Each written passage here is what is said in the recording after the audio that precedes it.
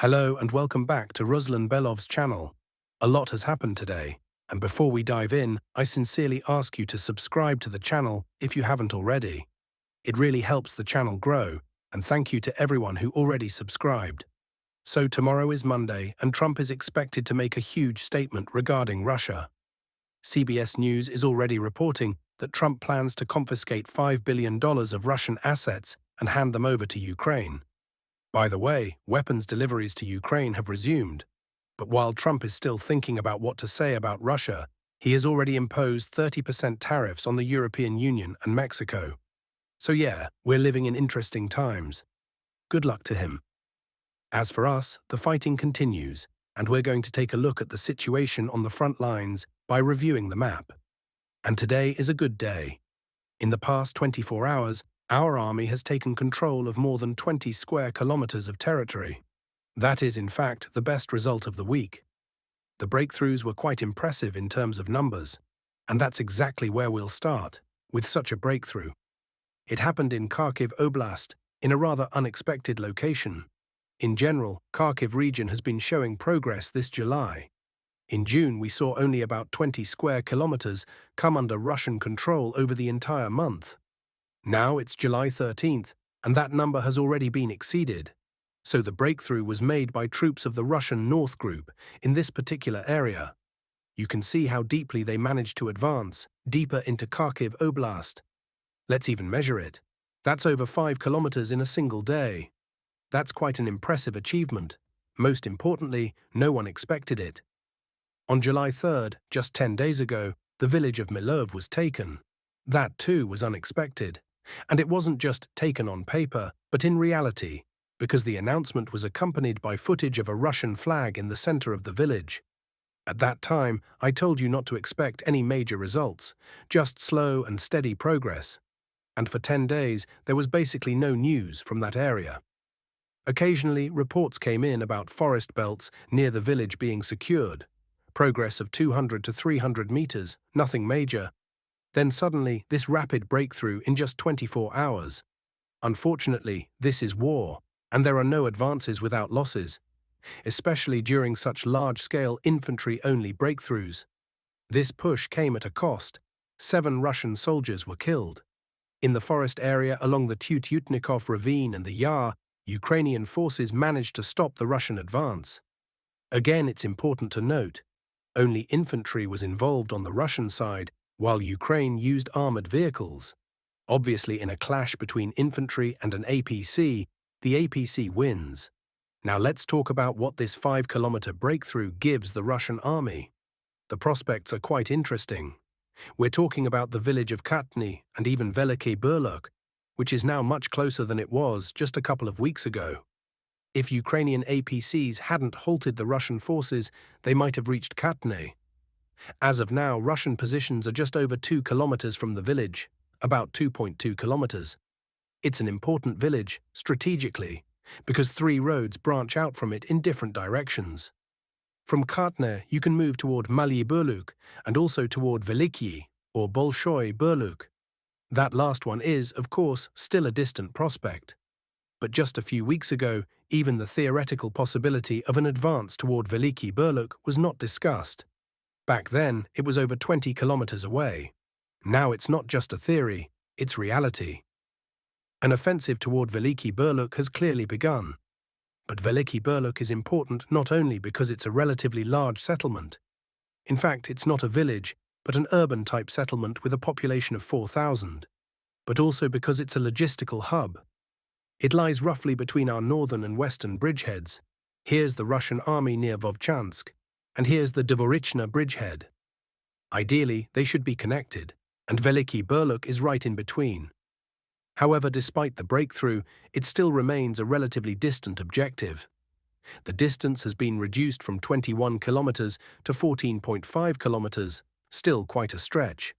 But Katny is another matter. Capturing it would allow Russian forces to move south via this road toward Kolodiazny. Russian forces are also advancing toward Kolodiazny from the direction of Krasna Persha. And that is a serious and promising scenario. Because if these 2 advancing forces meet in Kolodiazny, then this entire area, about 250 square kilometers, will come under Russian control. So we'll be watching closely.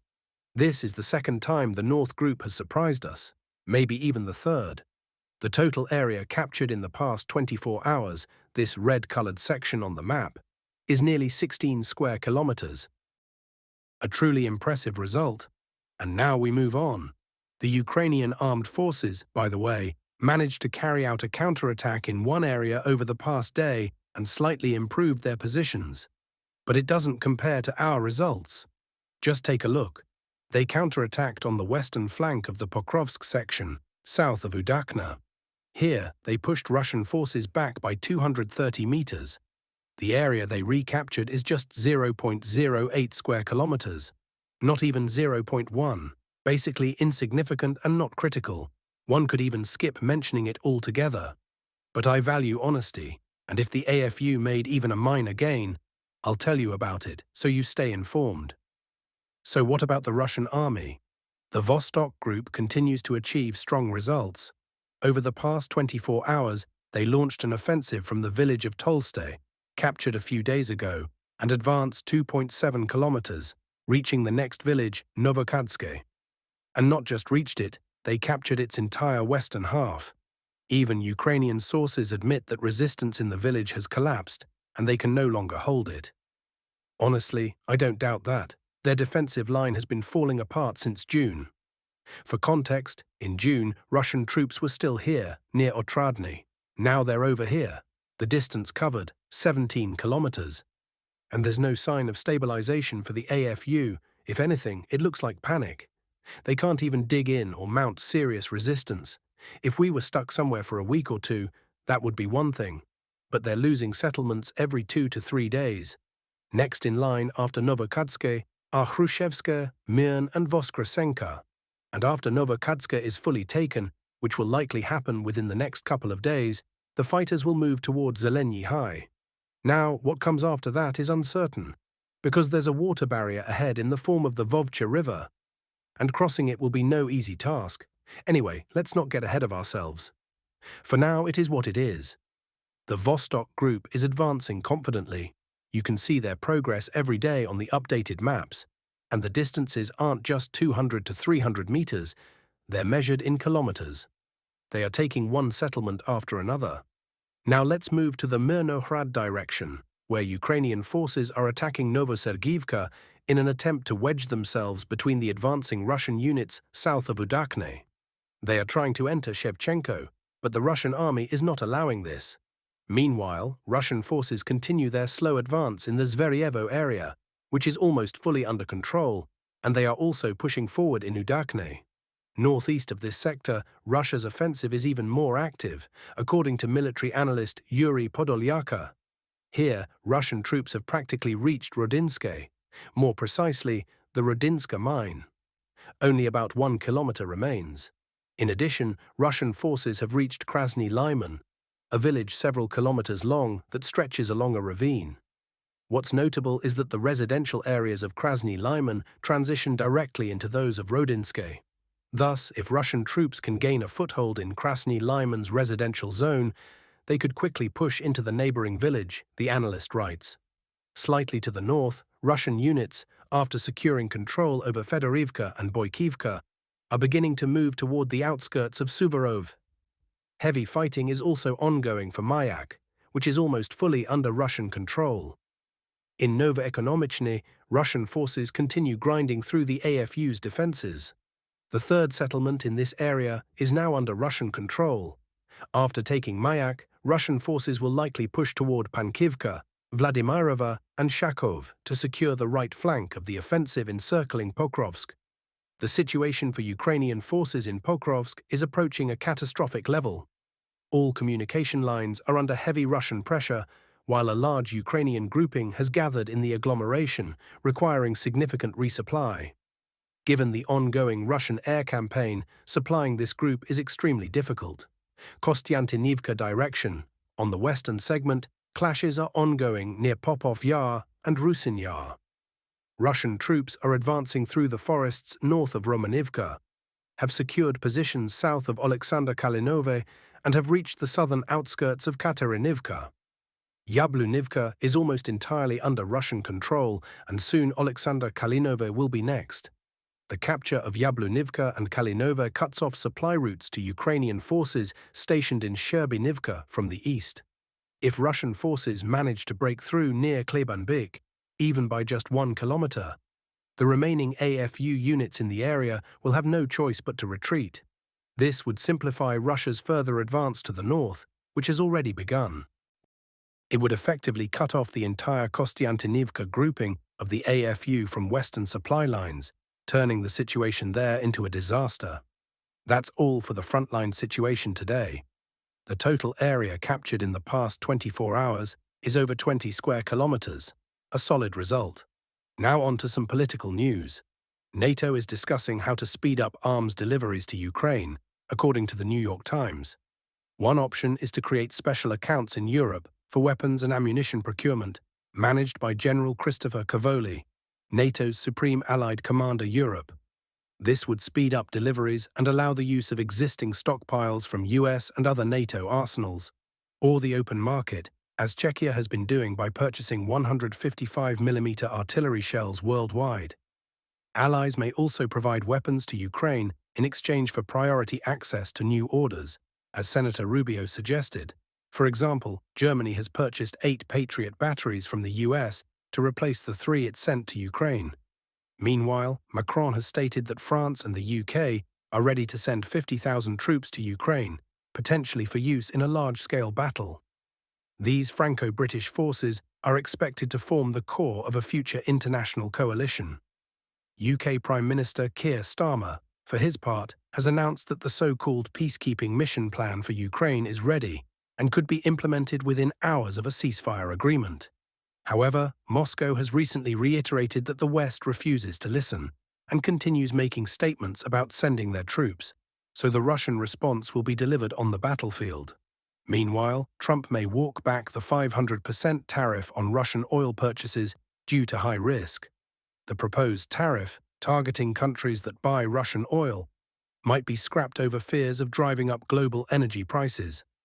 Experts say such a tariff would be equivalent to a global embargo on Russian goods. It could push oil prices above $100 per barrel, hitting American consumers, increasing inflation, and weakening Trump's election chances. It's doubtful that Trump will take such a risk. The key question is whether he can manage the economic consequences of such tariffs in today's global instability. US senators are prepared to allow Trump to suspend the tariffs for up to 180 days, with congressional oversight. However, the White House insists on giving the president full freedom to lift sanctions without congressional interference. Trump's tariffs on Brazil could disrupt trade flows ranging from coffee to beef, reports Bloomberg. His sudden threat to impose 50% duties on Brazil could shake global commodity markets and damage trade in beef, coffee, orange juice, and more. Brazil is one of the US's largest agricultural suppliers. Beef exports to the US amount to about $1.4 billion, coffee to $2 billion. Orange juice accounts for 70% of the global market, as well as significant exports of oil, ethanol, and pulp. Despite the risks, Brazil could redirect exports to other markets, minimizing losses. However, the tariffs could fuel inflation and price hikes in the US, straining bilateral relations, especially in steel and agriculture. By the way, the US has imposed new sanctions on China over Iranian oil. The sanctions list includes 22 entities involved in illegal oil trade on behalf of the Iranian regime, according to a State Department press release. The US State Department says Iran uses shell companies in Hong Kong, the UAE, and Turkey to trade petroleum products. These companies help funnel money to Iran's Islamic Revolutionary Guard Corps, IRGC, and terrorist proxies, according to US officials. Despite Israeli strikes and US attacks on Iranian nuclear facilities, Iran still retains enriched uranium stockpiles. According to the New York Times, storage facilities at Fordow and Natanz were likely left undamaged. However, US and Israeli sources claim they managed to disable or damage all centrifuges at those sites. The likelihood of Iran restoring the centrifuges is considered very low. Furthermore, reports suggest Iran may revise its strategy and begin dispersing nuclear infrastructure across smaller sites throughout the country, rather than concentrating them in large complexes. Thanks for watching, friends. Stay informed, stay safe, and see you in the next update.